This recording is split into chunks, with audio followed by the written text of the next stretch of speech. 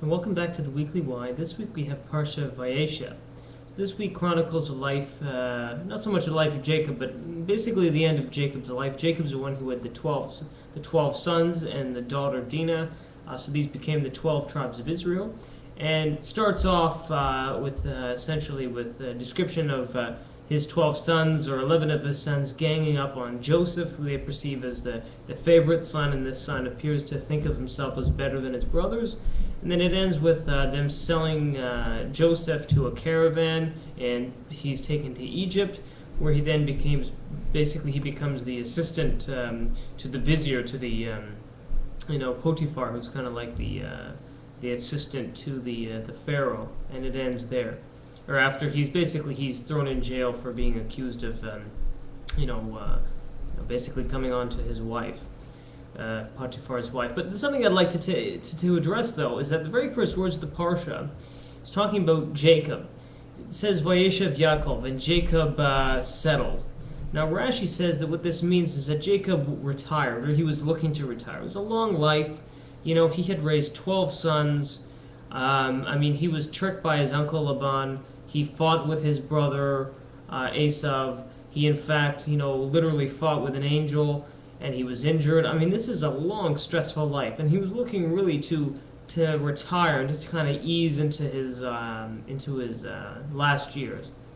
And what's interesting, though, is that immediately after we read this, what happens is that here we have Jacob's sons bickering amongst themselves, basically faking Joseph's death, and then he's sent off to Egypt. And then one of his sons, Judah, he's engaged in, an untoward relationship with a woman named Tamar. So it certainly doesn't seem that what's happening is according to his plan. He was looking for a nice, easy, comfortable retirement, and it didn't happen like that at all. And so certainly that's, I think there's truth in the fact that, that man plans and God laughs. But certainly there's truth that even though he was hoping and thought he would get that kind of a comfortable, easy retirement, it wasn't quite so easy. But there's a connection to Hanukkah here as well. In the Talmud, basically there's a debate between Shammai and Hillel. And Shammai says that you have every day, in the first day of Hanukkah you have 8 candles, and every successive day you take away one. So on the last day of Hanukkah you have 1.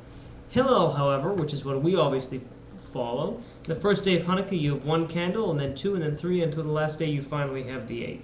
So there's the same paradigm there, the same basic outline, is that every day, as with life, that we're always adding more, we're always growing. We're not starting out, at our peak, and then the end of days we're just kind of end off like that. We're starting off lower, and every single day there's certainly at least the potential for more growth and more opportunity there. And that's ultimately the mistake that Jacob made. The mistake that Jacob made was that ultimately he thought that at the end of one's life you just kind of coast. It's really hard work, and then by the end you just kind of go into this easy retirement.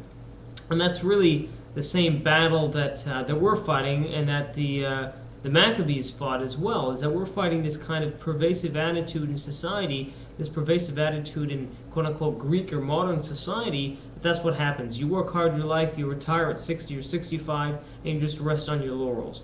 And so the very essence of Hanukkah is that, they fought against this kind of forced assimilation. So hopefully this Parsha and this lesson from us, that Jacob, his attempt to quote-unquote retire, was rebuffed. Hopefully that should be a lesson for us, especially around Hanukkah time, that this shouldn't be a time where we just kind of sit back and let ourselves coast.